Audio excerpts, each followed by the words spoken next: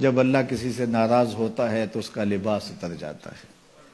تو لباس کا مختصر ہوتے چلے جانا یہ کوئی دلیل اس بات کی نہیں ہے کہ یہ بندہ ترقی یافتہ ہو گیا ہے، بلکہ یہ اس بات کی دلیل ہے کہ اللہ اس سے ناراض ہو رہا ہے، اس کا لباس سکڑتا چلا جا رہا ہے.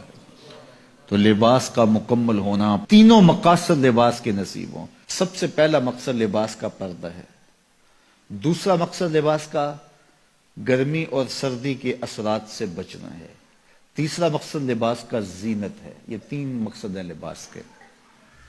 پہلا مقصد پردہ، پردے کی چیزوں کو چھپانا، جن کا پردہ میرے رب نے رکھا ہوا ہے. دیکھو اللہ نے حضرت انسان کو شعور دیا، اس لیے اس کو پردہ کرنا پڑتا ہے. جن کو شعور نہیں ہے ان کے پردے کا قدرت نے خود اہتمام کیا ہے. جانوروں کے بال رکھے ہیں اور ان کے کچھ اعضاء اس طرح پیدا کیے ہیں کہ ان کا پردہ رہتا ہے. لیکن جس کو شعور دیا، جس کو فہم دیا، اس کے ساتھ اس کا لباس بھی اتارا. اور شرم اور حیا جب ہوتی ہے تو لباس کا اترنا طبیعت پہ شاق گزرتا ہے. اگر اعضائے بدنیہ کا اظہار ہو لباس سے تو پھر لباس کا یہ بنیادی مقصد تھا تو یہ بھی پورا نہیں ہوگا. اس لیے فرمایا جو عورتیں لباس پہن کر بھی ننگی نظر آتی ہیں قیامت کے دن برہنہ اٹھائی جائیں گی، رسوا کر دی جائیں گی. لباس پہننے کے باوجود بھی وہ جو ہے وہ برہنہ دکھائی دیتے ہیں. ان کے اعضائے بدنیہ کا اظہار ان کے لباس سے ہوتا ہے تو پھر وہ لباس کیسا ہوا؟ لباس تو پردے کے لیے تھا، زینت کے لیے تھا، موسمی اثرات سے بچانے کے لیے تھا. یہ تین مقصد تھے لباس کے. تو بنیادی مقصد پردہ تھا. تو اگر وہی حاصل نہ ہوا تو پھر لباس کا مقصد کیا ہوا؟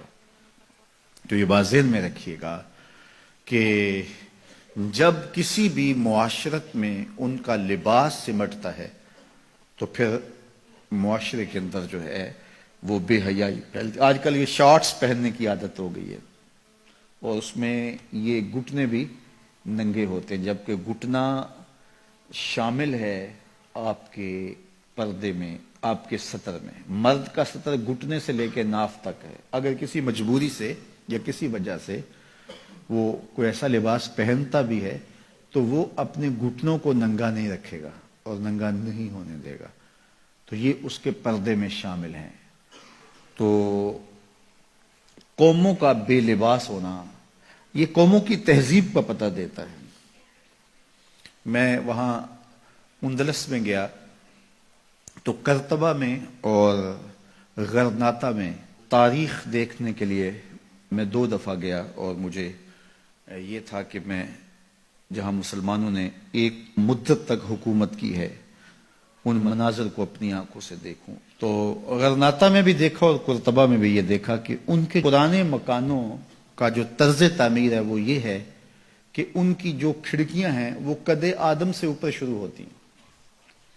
یعنی ہمارے ہاں تو وہ آج کل یہ نیا جو طرز تعمیر آیا ہے کچھ عرصے سے کہ 4 فٹ کی گلی ہم اطراف میں چھوڑتے ہیں اور دیوار اوپر کر کے تو کھڑکیاں نیچے تک لے جاتے ہیں تو تاکہ ہوا کی گزرگاہ آسان ہو. اور جب یہ گلی چھوڑنے کا رواج نہیں تھا تو جو گھر کے کمرے کی کھڑکی ہوتی تھی یا صحن کی کھڑکی ہوتی تھی وہ ڈائریکٹ گلی میں کھلتی تھی. تو اس وقت طرز تعمیر جو مسلمانوں کا تھا اور جو دوسرے لوگوں کا طرز تعمیر تھا اس میں فرق تھا. جو دوسرے لوگ تھے وہ نیچے سے کھڑکی شروع کرتے تھے اور ہم قد آدم سے اوپر شروع کرتے تھے، چونکہ یہ طرز تعمیر بتاتا ہے کہ اندر کوئی حیا والے رہتے ہیں اور گلی سے گزرنے والے شخص کی نظر اندر نہ پڑے.